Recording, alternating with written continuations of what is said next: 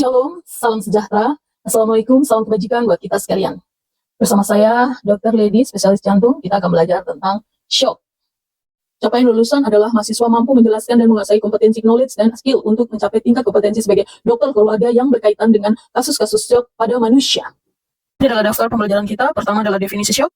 Definisi shock adalah kondisi yang mengancam jiwa yang ditandai dengan hipoperfusi organ dan kematian organ. Kondisi ini yang menyebabkan sehingga memerlukan penanganan khusus dan perawatan gawat darurat dengan segera.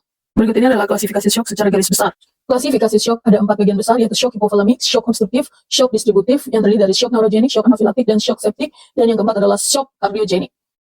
Etiologi atau patofisiologi shock adalah fisiologi jantung saat shock itu mengalami kongesti pada gagal jantung, adalah kondisi akumulasi cairan pada kompartemen intravaskuler dan ruang intersisial. Hal ini disebabkan karena peningkatan tekanan pengisian jantung akibat dari retensi natrium dan air oleh ginjal. Nah, kongesti paru terjadi bila darah tertahan di ventrikel kiri sehingga terjadi peningkatan tekanan di atrium kiri, sedangkan kongesti organ termasuk pada ruang abdomen terjadi bila darah bertahan di ventrikel kanan sesuai pada gambar ini. Nah, kongesti mengindikasikan adanya pengisian vaskuler yang berlebihan pada sistem vena sentral. Tekanan pengisian tergantung dari kapasitas dan penyesuaian vena, volume plasma, serta fungsi jantung itu sendiri. Untuk mendiagnosis shock, maka kita menggunakan berbagai macam kriteria berdasarkan etiologi, di mana mulai dari pemeriksaan fisik adalah sama untuk mendiagnosis suatu shock. Anamnesa dan pemeriksaan fisik adalah kita menilai kesadaran apakah menurun atau masih sadar, lalu kita menilai tekanan darah, itu pasti menurun, lalu kita menilai nadi perifer, apakah masih teraba atau tidak, atau melemah, lalu kita lihat gangguan napas, apakah ini gangguan napasnya sudah parah atau tidak, lalu kita melihat suhu, akral dingin atau tidak.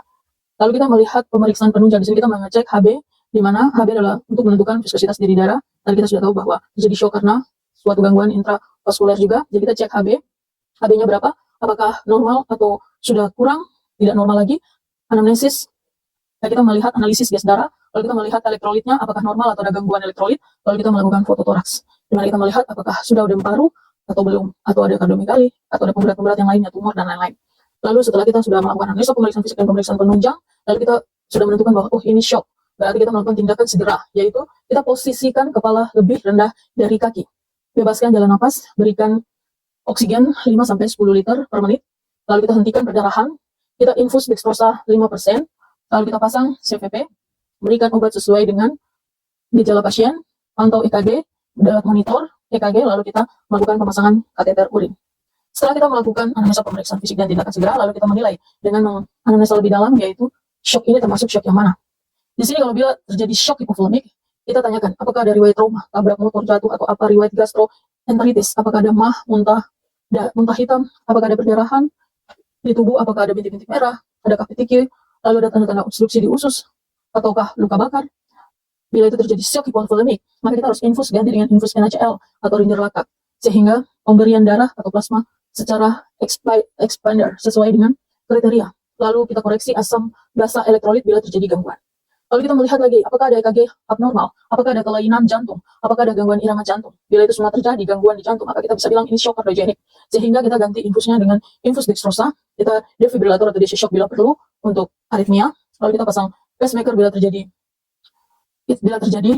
TFB dan lain-lain, total block dan lain-lain. Lalu kita lakukan restorasi cairan, kita obat-obat kardiogenik dan vasopresor, kortikosteroid, koreksi asam basa, kita lihat elektrolit, apakah ada gangguan elektrolit, kita koreksi semua.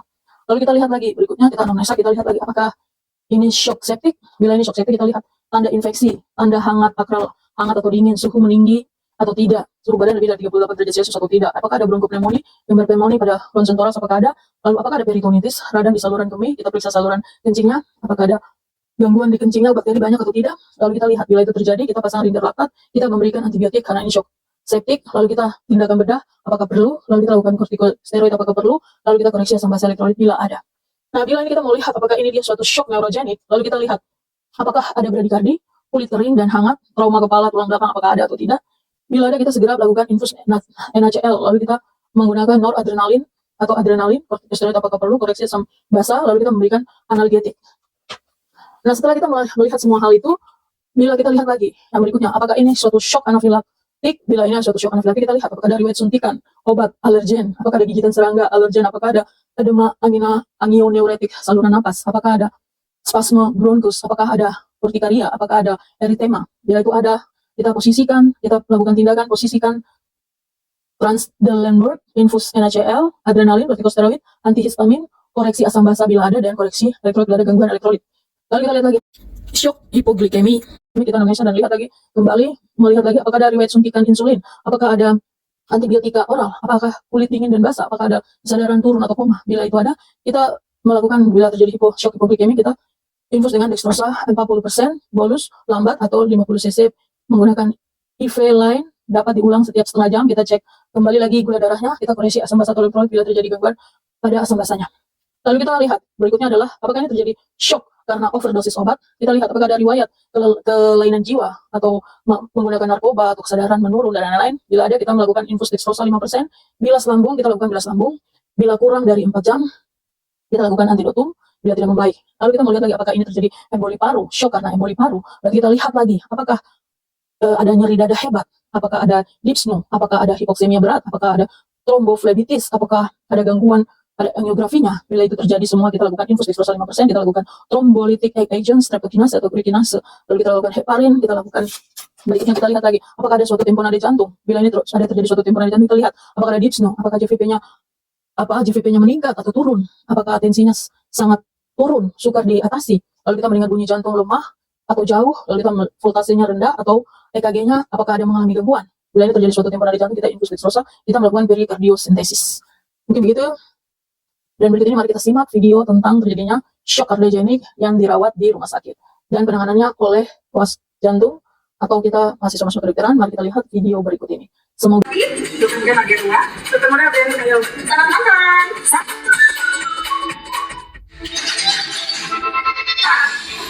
Selamat pagi Bu, perkenalkan saya Dr. Muda bertugas pada pagi hari ini. Gimana keadaannya Bu? Apakah masih sesak? Bu? Ibu? Gimana? Kode bangsa B7. Kode bangsa B7 di kopi. Kemana?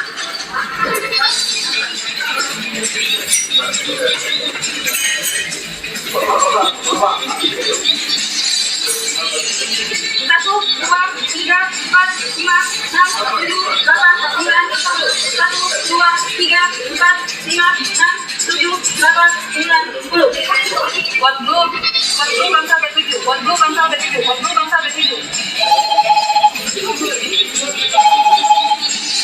Selamat pagi, IGD dengan saya Trace. Tadi bisa saya bantu.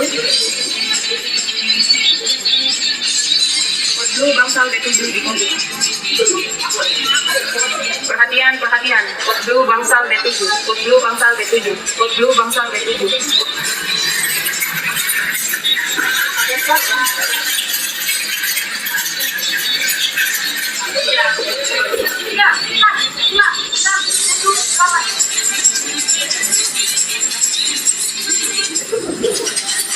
Saya temukan pasien tidak sadar diri, henti nafas, henti jantung. Setelah saya lakukan TGP 5 kilo 30 banding 2.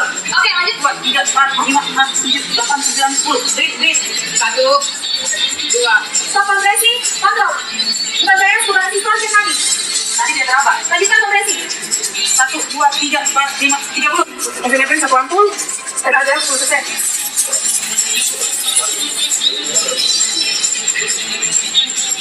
Hasilnya oksimeter masuk. 1, 2, 3, 4, 5, 6, 7, 8, 9. EDP terpasang. Jangan hiperventilasi, lakukan kompresi 2 menit non-stop. Perhatikan kecepatan. Siap, kecepatan 100 sampai 120 kali per menit. Kedalaman? 5 sampai 6 cm. Pastikan darah mengenal dengan sempurna. Setelah selesai, 10 detik terakhir. Stop kompresi, kontrol. Silakan pakai eksplorasi stop setiap kali. Nanti berapa? Langsung kontak. Clear. Tadi 70, tensi 110, siapa pasien mau diletakkan ke ICU. Oke, siapa pasien ke ICU. Kami dari tim Kodru, informasinya baru clear. Selamat pagi, jadi dengan saya Grace, ada bisa saya bantu. Baik, saya akan informasikan untuk Kodru clear. ya baik, setelah kita melihat video dari anak didik kami yang telah membuat heboh bagaimana cara penanganan shock kardiogenik di rumah sakit, ini dapat menginspirasi kita. Semoga video ini juga boleh bermanfaat dan membantu untuk kita semangat belajar jantung bersama Dr. Lady dan membantu kita tenaga medis dalam menjalankan tugas dan visi misi kita sebagai seorang dokter. Shalom.